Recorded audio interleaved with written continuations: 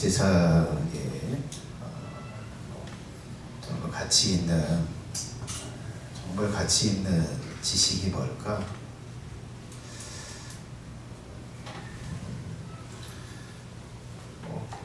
주식하는 사람들, 코인하는 사람들은 아마 그런 생각을 좀 가질 것 같아요. 어떤 주식이 오를 거냐? 어떤 회사가 아주 돈이 될 만한 그런 기술 개발을 했냐? 그걸 알려주는 게 굉장히 가치 있는 지식으로 여겨질지 모르겠습니다. 어떤 코인이 오를 거냐, 그리고 언제 떨어질 거냐, 언제 파는 게 적기냐, 이게 그들에게는 굉장히 중요한 가치처럼 여겨질지 모르겠어요. 질병에 걸려있는 사람들에게는 그게 또 가치 있게 여겨질지 모르겠어요. 야, 이 병이 원인이 뭐야? 내가 왜 이 병에 걸린 거야? 그리고 이 병에서 완전히 벗어나려면, 치유가 되려면 이 약이 뭐고 비법이 뭐야? 그 사실이 굉장히 간절하고 굉장히 가치 있게 여겨질지 모르겠습니다. 예수님에 대해서 아는 것만큼 가치 있지 못하다. 여러분, 이 사실에, 이 외침에 여러분 동의를 좀 하시나요? 사람이 그렇잖아요. 고통을 당하지 않고 산다. 고통을 당하지 않고 살 수 있는 게, 시원한 나물 꽃밭에서 무한히 많은 그 과일 음식을 따먹으면서 서로 마치 잔치하는 것처럼 영원히 살 수 있다면 얼마나 좋을까. 질병도 없고. 근데 이 지옥에 들어가서 이 불 속에서 견딜 수 없지만 견뎌야 하는 그 고통을 당하는 것, 여기에서 건짐을 받는다는 이 사실, 그 길을 안다는 거, 사실 어떤 것보다도 가치 있는 거. 예수님을 아는 것만큼, 예수님에 관한 지식만큼 인간에게 가치 있는 지식이 없어요. 그래서 저는 수많은 세상의 유튜브에 어떤 수많은 강의들이 있고,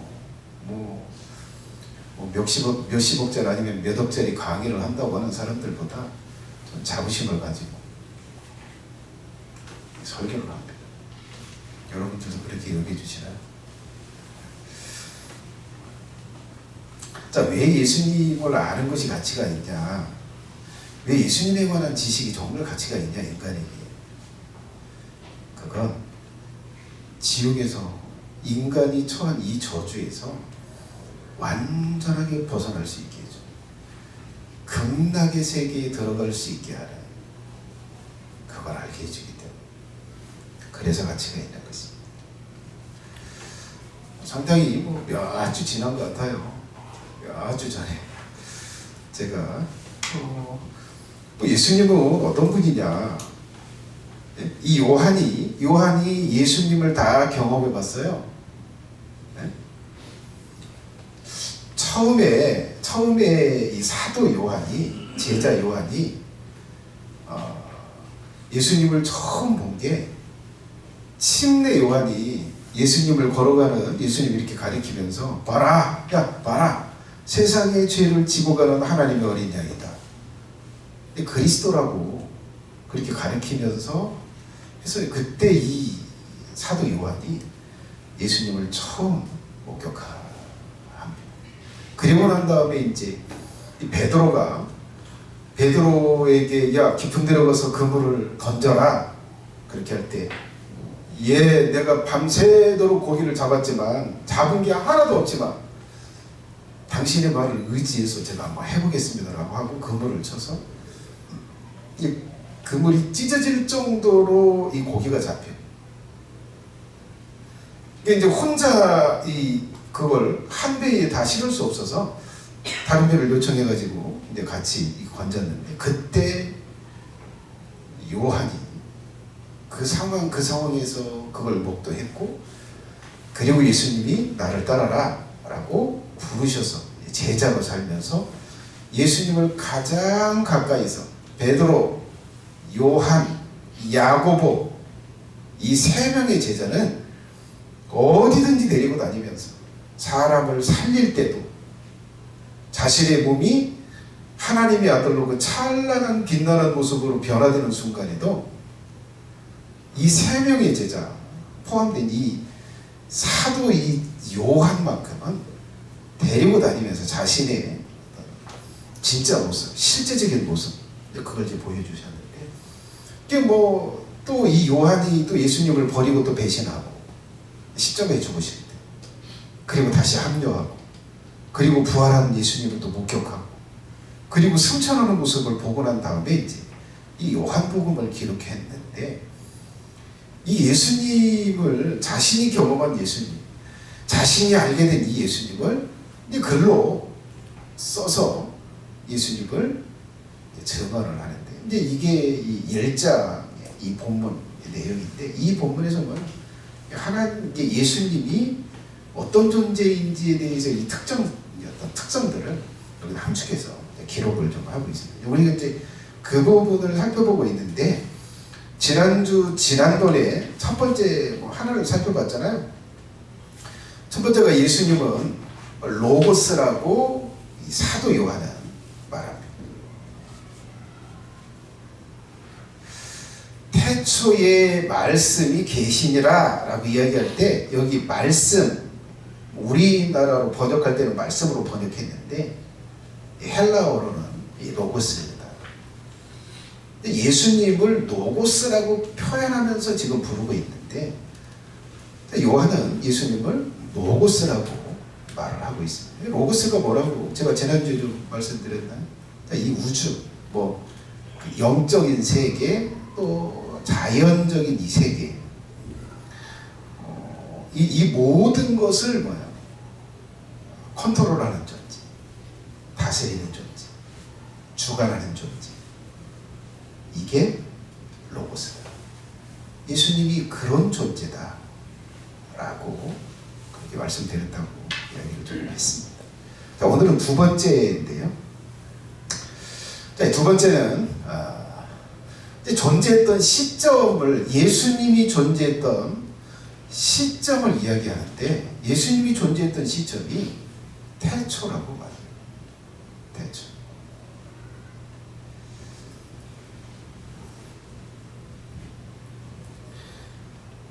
자, 1절에 보면 이렇게 이야기를 하고 있습니다. 태초에 말씀이 계시니라. 이 말씀은 예수님이라고 했잖아요. 태초에 계셨다.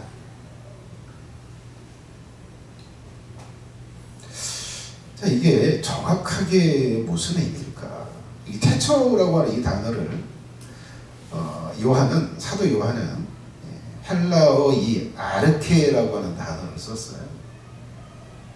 뭐 그렇게 이제 번역해도 시작, 또 태초, 또 원인, 이렇게 번역되는 단어가 아르케라고 하는 단어. 자, 예수님을 로고스라고 지칭을 하면서 이 로고스는 태초에 계셨다라고 이야기해요. 예수님은 태초에 계셨다. 예수님은 어떤 존재냐? 예수님은 어떤 특성을 가진 존재냐? 예수님은 태초부터 계셨던 분이다. 태초에 계신 분이다. 이렇게 요한은 예수님을 증거하고 있다.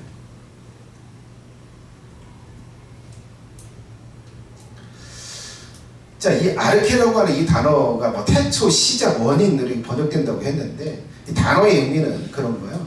이제 존재하지 않다가 무엇인가 이렇게 딱 존재하게 됐어요.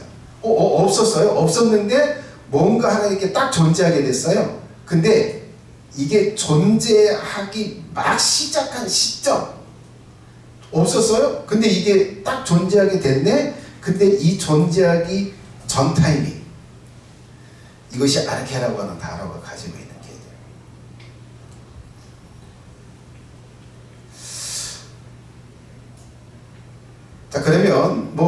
예수님이 태초에 계셨다라고 하는 이 말은 영적인 세계 그리고 자연적인 세계가 있기 전에 이미 계셨다라고 하는 뜻이에요. 순서상으로 보면 그런 거예요.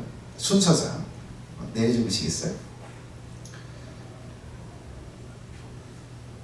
네, 거기. 자, 여러분 그 성부 하나님은 계셨어요. 뭐 없었던 시점이 없다고 이야기하잖아요. 하나님은 계셨다. 그런데 이 성부 하나님에 의해서 예수님이 나왔다.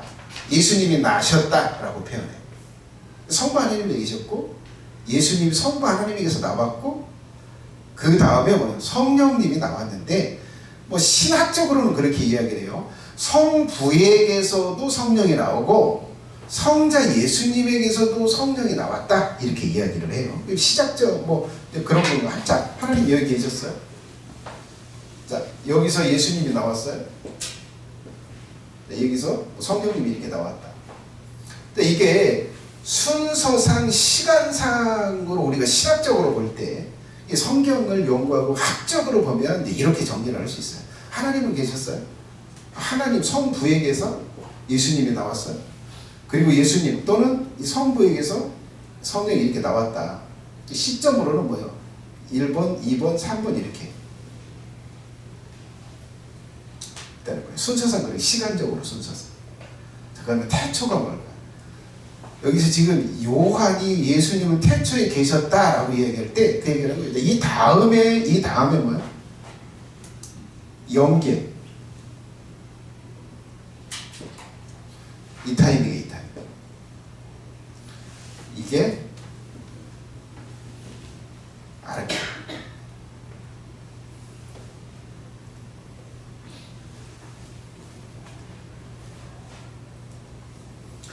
자, 좀 내려줘 보세요. 자, 지금 잘 따라오시면 좋겠는데, 자, 여기 보면 이제 이렇게 성부, 성자, 성령 이렇게 된 걸 하나의 하나 된 이게 이제 삼위일체라고 이야기를 해요. 이 성부, 성자, 성령님이 뭐 하셨어요? 영계를 창조했어요. 영계를 창조할 때 우리가 이제 볼 때 요한계시록을 보면 가장 먼저 창조한 게 뭐였을까?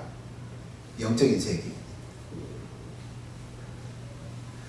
아마도 이 보좌를 받들고 있는 4명의 천사 그룹, 천사의 내생물일 가능성이 높다. 이건 유추예요, 유추. 자, 내생물. 그리고 뭐예요? 이 보좌를 둘러서 있는 24 장로들. 이 20조 장로가 이게 사람이 아니에요. 천사들을 말해요. 천사들. 자, 천사의 장들이 24천사들. 우리가 이제 이 대통령이 있고 국무총리가 있고 그 다음에 각 장관들이 있잖아요. 장관들. 각 부처의 장관들. 이 장관에 해당되는 존재들이 이제 20조 장로들이에요. 자, 그리고 천사들, 그리고 천군들, 그리고 이제 이 영적인 세계에도 꽃들이 있고 새들이 있고 짐승들이 있고 그러겠죠. 그것들을 이렇게 말해요. 자, 그리고 이제 자연계를 만들죠. 자연계. 자, 자연계라고 한다면 뭐예요? 지구를 만들고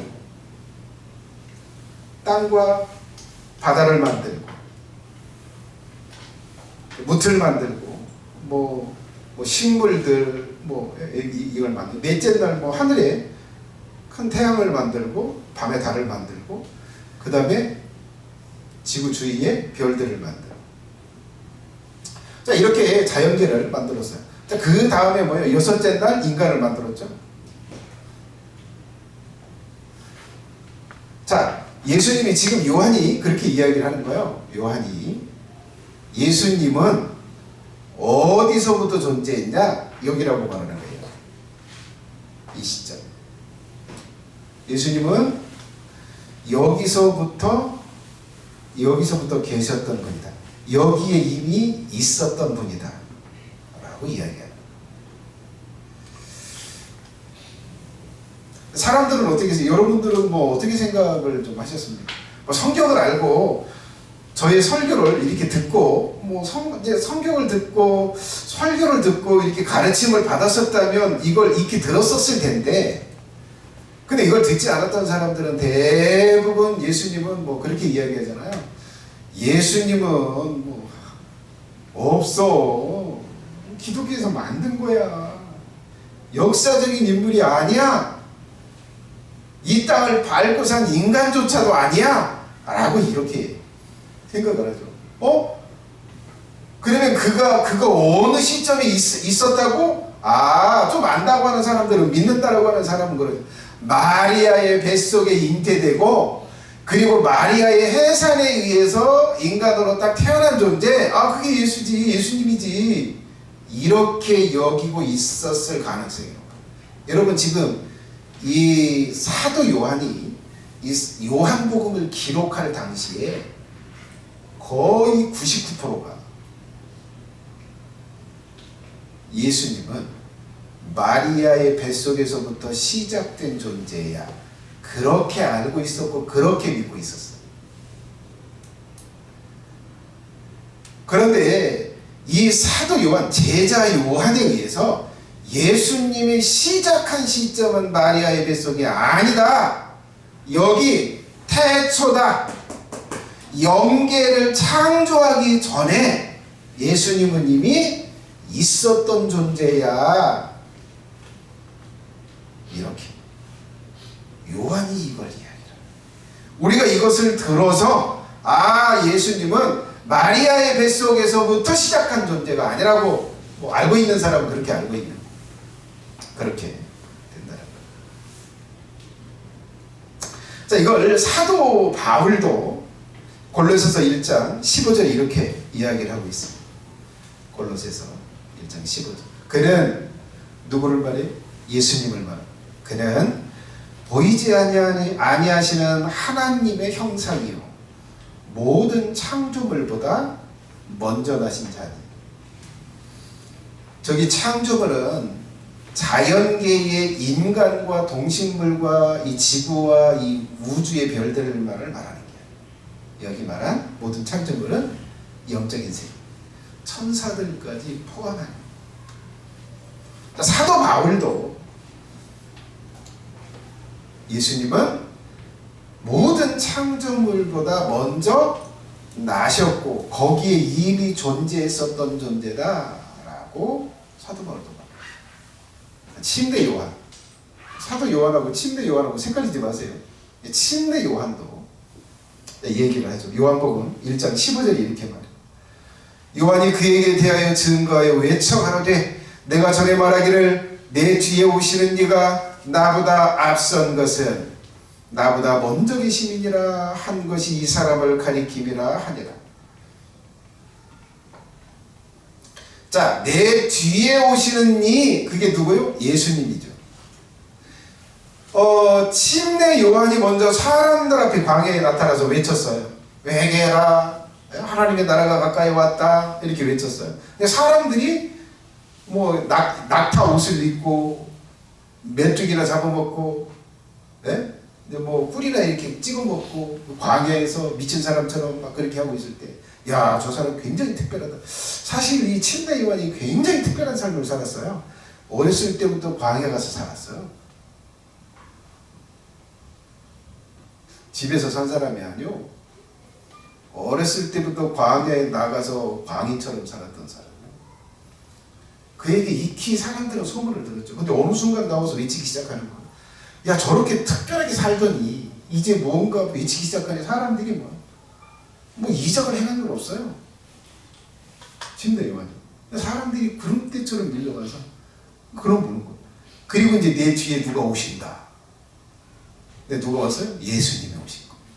근데 그 얘기를 하는 거예요. 내 뒤에 오시는데 그분이 나보다 앞선 것은 그분이 나보다 앞서 존재했어. 그분이 나보다 먼저 계십니다. 근데 여러분, 생일로 따지면 침례 요한이 6개월이 더 빨라.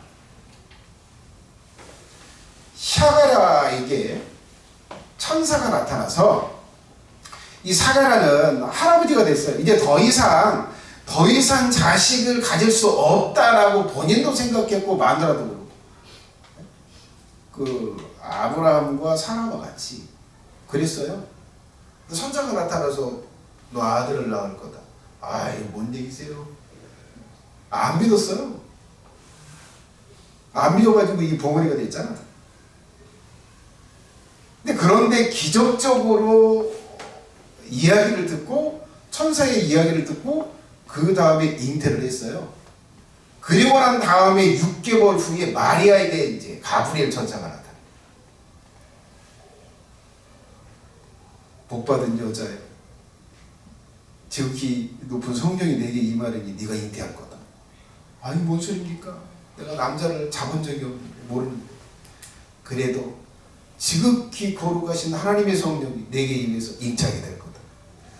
근데 뭐 이야기라고 그렇게 잉태하게 됐어요. 6개월 후에 일어났어요. 그 이야기를 듣고 이제 천사가 너 애를 못 낳는다고 하는 샤가랴의 마누라 엘리사벳인가? 걔가 이제 잉태를 했다. 6개월 됐어. 그 말을 듣고 이제 달려가. 보니까 진짜 잉태한. 6개월 차이가 나. 근데 침례 요한은 뭐라고 말해요? 나보다 내 뒤에 오시는 분 예수님이 나보다 먼저 계신 분이다. 자, 그러면 뭔 얘기예요? 예수님이 마리아에게 탄생하시기 전에 이미 존재하신 분이라고 침례 요한도 이 얘기를 하는 거죠. 뭐 태초다라고까지는 말하지 않았지만 나보다 먼저 계신 분이다 라고 그렇게 증언을 했습니다. 자, 그런데 뭐 아까 말한 것처럼 사람들은 그렇게 생각해요. 예수님이 마리아에게 잉태되면서 그의 생명이 시작되었지. 그때부터 존재한 거야. 그때부터 세상에 대한 지식을 익혔고, 사람들이 인정을 받고, 자기가 자신의 정체에 대해서 깨달으면서 뭔가 외치겠지. 이런 생각들을 하는데 그렇지 않다. 이 사도 요한은 예수님의 일생을 다 경험하고 나서 얻은 결론이, 이분은 언제 마리아의 뱃속에 시작한 게 아니라 이때 태초 세상을 창조하기 전에 계셨던 분이다.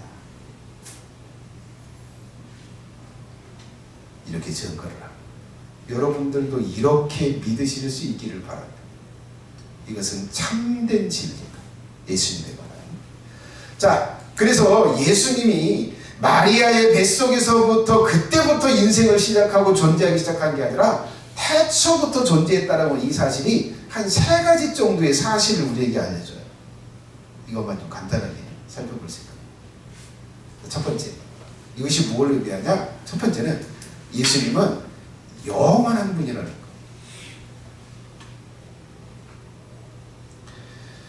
자, 여러분, 요한은 예수님이 이렇게 이야기를 해요. 계시니라 라고 이렇게 이야기를 해요. 근데 이 시제가 굉장히 중요한데요. 이 시제, 이 계시니라라고 하는 이 동사의 시제가 미완료 과거 시제. 미완료 과거 시제가 뭘까? 자, 예수님은, 자, 시적으로 이렇게 본다면, 여기가 현재요. 여기가 현재.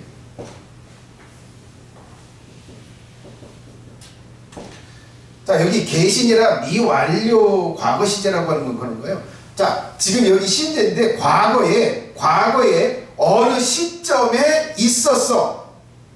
어느 시점에 딱 존재하게 됐어. 그런데 이 존재하게 된 게 아직 완료가 안 됐어. 이게 무슨 의미냐면, 존재했어? 그러면 이 존재했다가 없어질 때 표현할 때는 완료를 쓰는 거예요. 완료 시제를 쓰는 거예요. 미완료 시제를 쓰는 게 아니고 있었었다 라고 이렇게 딱 그렇게 표현하는 건데, 계신이라고는 마치 계셨는데 그 계신 게 완료가 끝나지 않은 것처럼 표현한 게 이제 과거, 이제 미완료 과거 시제. 근데 여기 존재를 했어요. 여기 존재했어요. 그러면서 쭉 여기까지 아직 없어지지 않은 거요. 여전히 존재하는 거요. 그런 의미가 계신이라고 하는 이 미완료 과거 시제를 썼다는 게 이런 의미예요. 예수님이 그런 존재라고. 자, 그러면 자 보세요. 예수님의 시점이 뭐 이 시간이라고 하는 게 뭐 영계가 창성 그리고 자연계가 딱 창조가 된 시점부터 뭐 시대가 시작됐다고 한다면 예수님이 또 어느 시점에 여기 딱 존재했어. 근데 아직 완료가 안 돼서 그러면 뭐예요? 계속 존재하고 있는 거예요. 그러면 이것이 무엇을 의미하냐? 지금 여기서 존재하고 여기까지 됐는데 몇 천 년? 몇 천 년 지난 거예요? 한 6천 년 이상 역사적 기록으로 6천 년 이상 기록이 되어 있는 거예요. 성경으로 보면. 자, 그러면 뭐예요? 한 사람, 하나의 어떤 존재가 6천 년 동안 존재했다면 자연적으로 유출을 한다면 인간과는 다르게 이 존재는 존재했다면 쭉 영원토록 계속 존재하는 분이구나. 이걸 유추해서 알 수 있다라고 하는 거예요.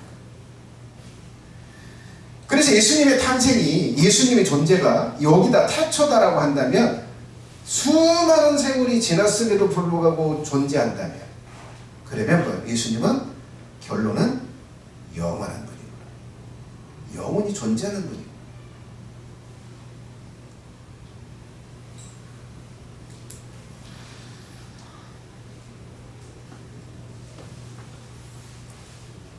자, 히브리서 13장 8절인데 쭉 내려가 보시면 성경 구절이 있는데요. 자, 히브리서 13장 8절을 좀 한번 떼주시겠어요? 성경 구절을 좀 뒤에 내놔봐. 같이 한번 읽어볼까요? 자, 히브리서 13장 8절. 히브리서 기자가 이렇게 이야기합니다. 예수 그리스도는 어제나 오늘이나 영원토록 동일하시다. 영원성으로 이야기를 하고 있습니다.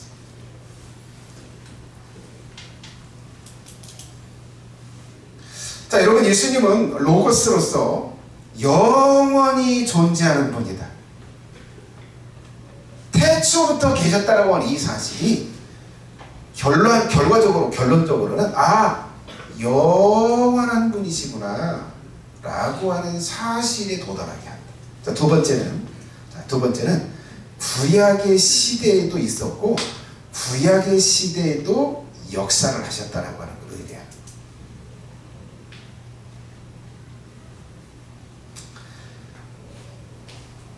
자,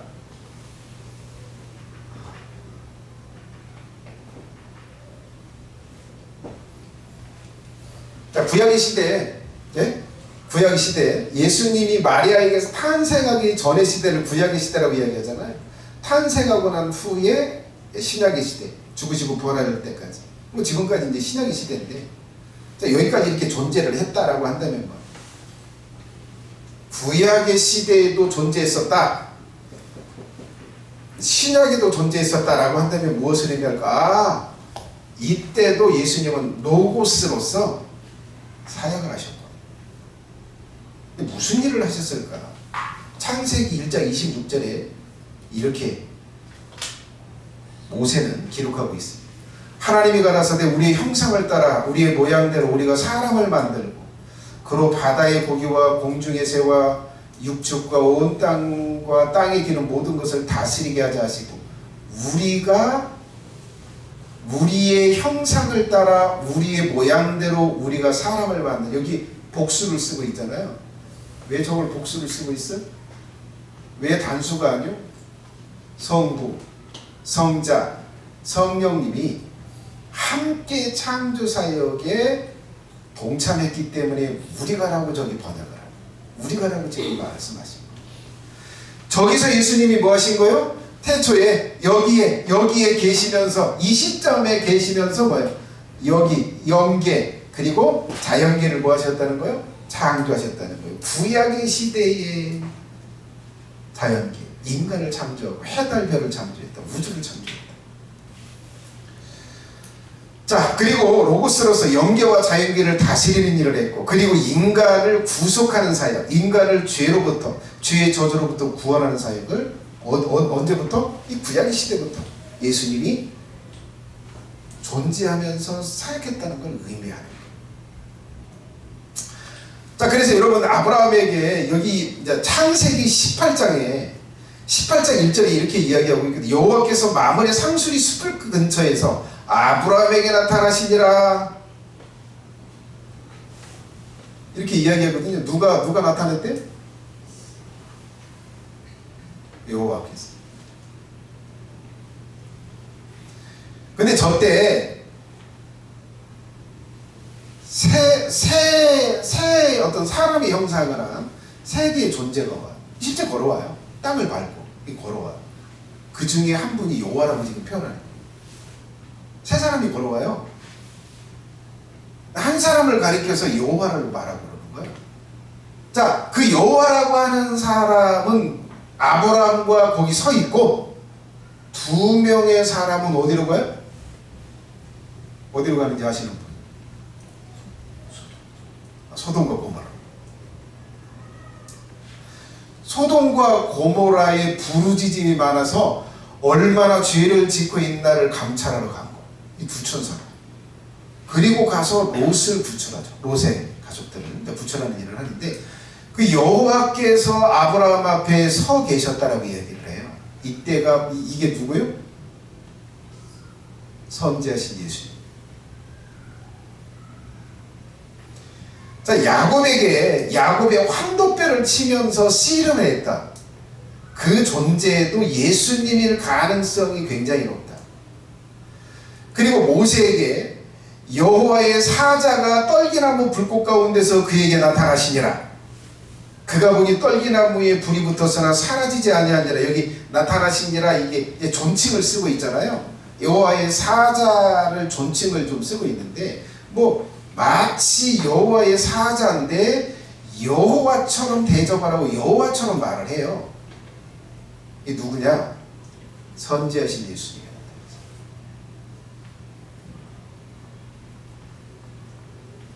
자, 마노아 삼손의 아버지, 삼손의 어머니에게 천사 같은 존재가 나타나요. 야, 우리가 하나님을 봤으니까 죽을 거야. 근데 왜 살아있지? 그때 삼손이 잉태할 걸, 그리고 삼손을 어떻게 키워야 할지를 천사가 나타나서 이야기를 하는데, 그분이 바로 예수님일 가능성이에요.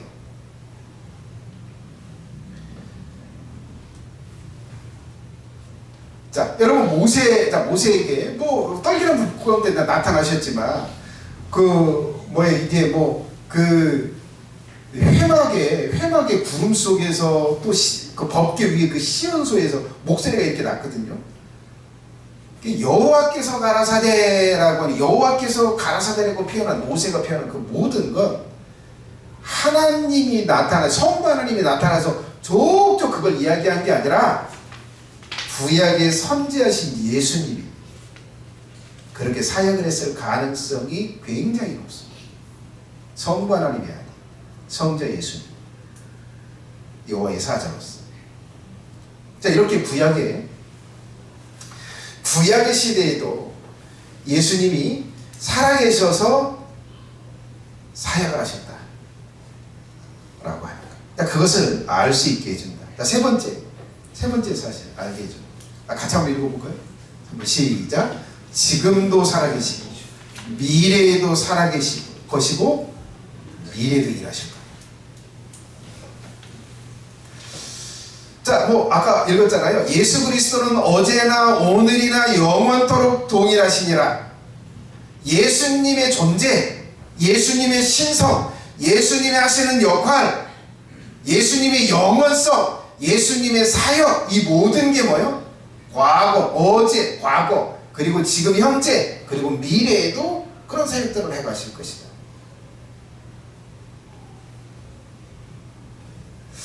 사랑하시는 성도 여러분, 예수님은 영원하신 분이셔서 과거에 구약의 시대에 사역하셨던 것처럼 살아있어서 사역하셨던 것처럼 지금 이 시점, 내가 살아있는 이 시대에, 지금 내가 살아 숨쉬고 있는 이 상황에서, 이 시점에 예수님은 살아계신다는 거예요. 그리고 예수님은 일하고 계신다는 거예요. 이 태초에 계시니라라고 하는 이 사실이 이런 많은 내용들을 포함합니다. 취한 태도. 자, 첫 번째, 여러분 우주보다 선지하신 분으로 믿으실 수 있기를 바랍니다. 우리와 같이 마리아에게서 낳으셨을 때 존재하기 시작한 존재라고 믿지 말고, 나처럼 어머니 뱃속에서 잉태에서 시작한 걸로 여기지 말고, 자연계가 생기기 전, 영적인 세계가 창조되기 전에 예수님은 존재했었다라고 믿으실 수 있기를 바랍니다. 예수님을 그렇게 믿으세요. 자, 그리고 두 번째는 영원히 살아계신 분으로 믿으세요. 사실 그래요. 사람도 없어지지 않고 영원히 존재하게 될 것입니다. 지옥에 가서 영원히 존재하든 하나님의 나라인 낙원에 가서 영원히 존재하든, 사람 또한 인간으로 태어난 이상, 영적인 존재로 창조로 태어난 이상 없어지지 않아요. 예수님도 그런 존재로 또 믿으실 수 있기를 바랍니다. 자, 구약의 시대에도 계셨고 구약의 시대에도 일하시고 지금까지 사역하신 분으로 믿으실 수 있기를 바랍니다. 예수님은 지금도 살아계셔서 일하세요.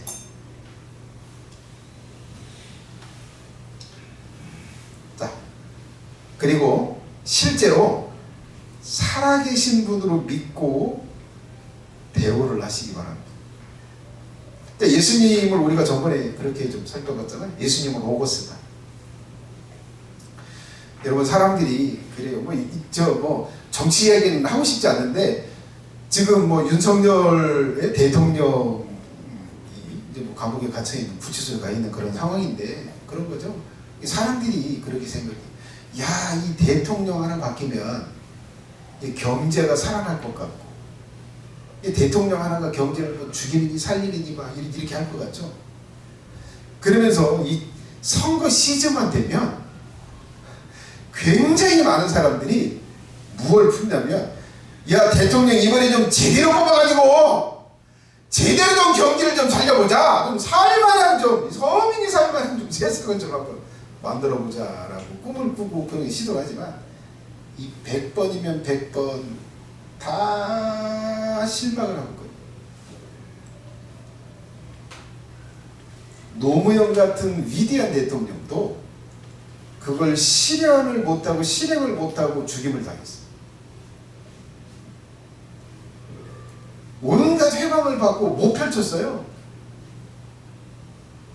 그리고 죽었어요. 네, 그런 기대를 가져요. 그런 기대를 갖고 그런 대통령이 오면 또 이게 떠받들고 가서 뭐하고 어쩌고 저쩌고 그래. 여러분, 꿈 깨세요.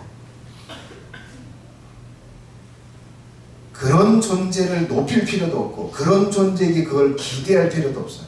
그럴 수 있는 존재가 누가 하세요? 로고스이신 예수님이 하세요. 예수님이 모든 걸 결정해서 모든 걸 주시는 거예요. 근데 우리는 이렇게 대화하잖아. 예수님을 그냥 발로 뻥 차서 저기 보이지 않는 곳에 그냥 집어 던져놓고, 눈에 보이는 돈, 눈에 보이는 정치, 이게 뭔가 해줄 것 같고 뭔가 기대하면서 거기다 매달리고 그걸 대우하고 살아. 여러분, 이건 없습니다. 여러분, 예수님은 로고스세요. 해달별을 주관하고, 이 지구의 운행을 주관하고, 지구의 모든 대통령들을 주관하고, 지구의 모든 나라의 모든 경제의 모든 군사들을 예수님이 주관하세요. 그렇게 대우하세요. 그게 예수님이 태초에 계신 분으로서 로고스인 것을 아는 사람들이 그걸 대우할 수 있는. 근데 이걸 들었다고 해서 그렇게 대우가 바뀌지는 않아요. 그렇게 하셔야 돼요. 그게 예수님을 제대로 아는 사람들이 예수님에게 하는 거.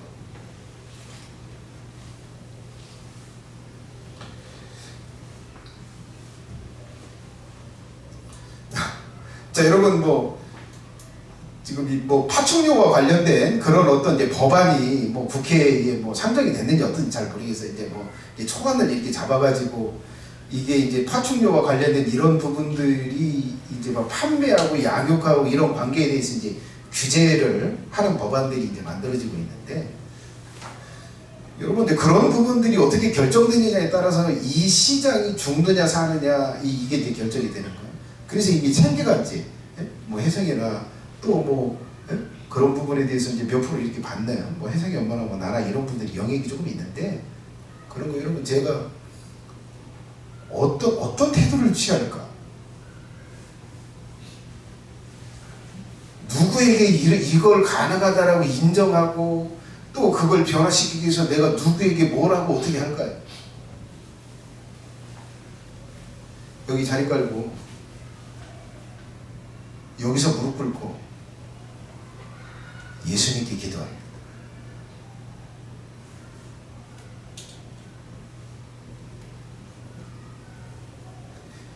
예수님이 이걸 하시잖아요. 예수님이 이걸 주관하시잖아요. 예수님의 선하신 예수님의 뜻을 계획을 가지고 이런 것들을 진행시키고 계시고 계시잖아요. 예수님 이런 부분을 이렇게 좀 나를 불쌍히 여겨서 바꿔주세요. 예수님이 뜻하시면 뭐 할까요? 사람들을 부리는 거, 사람들을 쓰시는 거. 여러분 이게 이렇게 실제적으로 내 삶에 일어나는 모든 현상들을 예수님이 정하시지, 예수님이 앞으로 어떻게 실질을 하시지.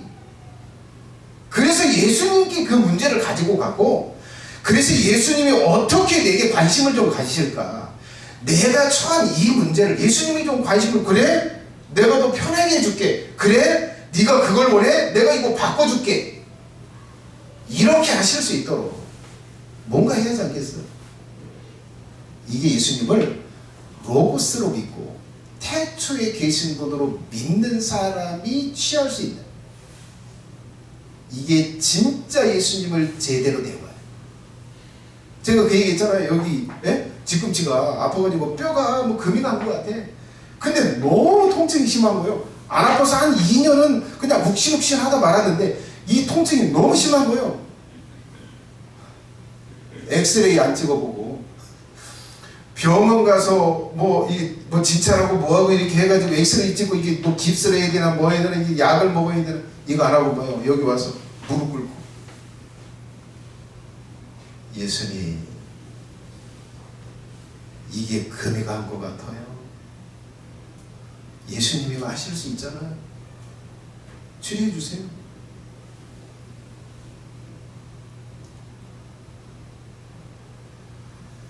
이런 삶의 실제적인 문제를 정말 예수님께 가지고 와서 예수님께 맡길 수 있냐? 그러면서 예수님이 어떻게 하면 이 문제에 예수님이 관심을 가져주실래요? 어떻게 하면 이 기적을 좀 베풀어 주실래요? 내가 무엇을 하면 하나님이 기쁘게, 예수님이 기쁘게 얘기를 해주실 거예요. 제가 좀 찾아서 그런 노력들을 하는, 이게 예수님을 뭐 한 거예요? 영원 로고스로 대화하는 거예요. 근데 여러분 이건 축복입니다. 이 사실을 알고 이런 삶의 세계가 있고, 그런 삶의 세계에 들어가서 거기서 평안을 얻고 거기서 기적을 경험하고 거기서 삶의 마음의 평안을 누리는, 이건 이 예수님을 저렇게 알고 믿고 대화하는 사람들만 누릴 수 있는 굉장히 특별한 축복이다.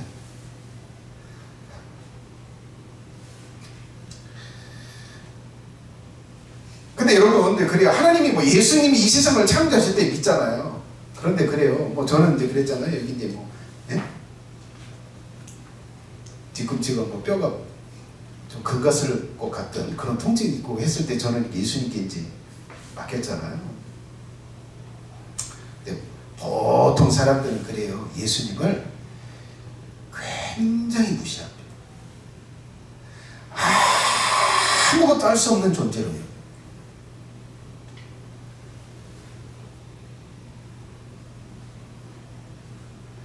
내 감기 하나 낫게 한, 내 통증 하나 컨트롤하지 못한, 내 자녀가 막 돌아다녀 수많은 위험들. 요즘 뭐 그렇잖아요. 뭐 이게 그 폐결핵으로 뭐 감기로 독감으로 죽는 사람이 수두룩하더래. 이게 이 화장을 이렇게 밀려가지고 4일장 5일장을 한답니다. 이런 위험들이 도사리고 이 위험들이 지나가는 거예요. 근데 예수님은 뭐야? 아무것도 할 수 없는 개 무시를 하고 살아. 그에게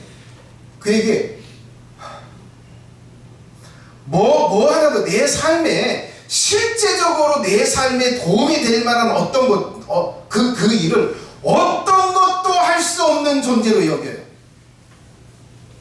그리고 또 살아계신다고 하는데 내게는 관심이 없어. 내게는 눈꽃만큼도 관심도 없고 사랑이 없어. 그래서 불안해. 내가 잘 먹고 살 수 있을까? 내 수입이 유지가 될 수 있을까? 여러분, 예수님이 나를 구원하기 위해서 목숨을 바쳤다라고 진실하게 믿는다면 내 삶의 문제를 마치 예수님이 야 네가 알아서 해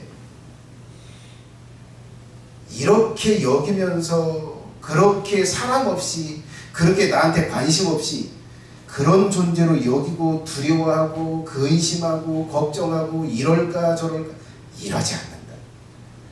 여러분, 이게 예수님을 극하게 무시하는 거. 회개하셔요.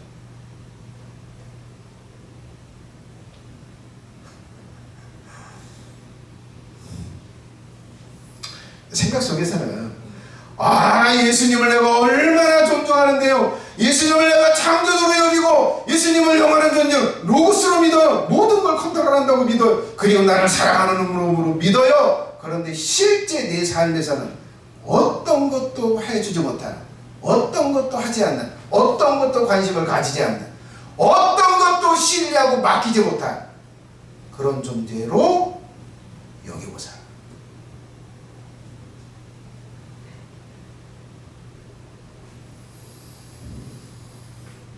이게 현실이다. 이게 현 상태다. 여러분, 제가 요즘 노력하는 게 그거예요. 저는 이 세상을 안 보고 삶의 정황을 안 보고 고개를 드는 거. 고개를 들고 예수님을 봐. 예수님이 어떤 분이야? 예수님이 어떤 능력이 있어? 예수님이 나를 향한 어떤 마음을 가지고 계셔? 예수님이 과거에 무엇을 하셨어? 예수님이 현재 무엇을 하실 수 있어? 그리고 과거에 내게 무슨 일을 했어? 그러면 내가 무엇을 하면 어떻게 할까? 이걸 오히려 예수님을 디테일하게 보려고 노력해. 근데 우리는 뭐야? 삶의 문제를 디테일하게 봐요. 이렇게 되면 이런 일 일어날 거고, 이러면 이런 고통이 있을 거고, 이러면 이렇게 어렵게. 이 삶의 이 땅에 있는 것들만 봐요. 예수님은 없어. 마치 베드로가 예수님이면 나를 오게 해주세요. 예수님이 지금 무리를 거리고 계신 거예요. 베드로는 배 위에 있고 예수님 저를 오라고 하세요. 이리 와라. 베드로가 걸었어요. 예수님을 볼 때는 막 걸었어요. 근데 바람이 부니까 예수님에게서 시선이 이렇게 내려오는 거예요. 내가 지금 무리를 걷고 있네. 근데 여기 바람이 부네. 그러니까 의심이 들면서 쭉쭉쭉 빠져 들어가는 거예요. 예수님이 그 얘기하죠. 베드로야, 왜 의심했느냐라고 하면서 끌어올려주죠. 근데 포인트는 그거예요. 내 눈이 뭐에 주목하고 봤느냐. 베드로는 여전히 예수님을 보고 있었어야 돼요. 예수님이 바람 속에서도 서 있고 무리를 거르시는 상황에서도 서 있고 예수님의 얼굴에 평안하네. 예수님의 얼굴을 봤으면 그는 빠져들어가지 않고 변함없이 반석처럼 물 위에 서 있었어요. 시선이 중요하다. 여러분, 문제에 꽂혀서 문제를 보면 예수님은 작아지고 예수님은 사랑이 없는 존재예요. 무능한 존재가 돼요. 그러나 예수님을 주목하고 예수님을 디테일하게 분석하고 보는 순간 기적이 기대가 돼요. 기도하겠습니다. 그런 기도를 드렸으면 좋겠어요.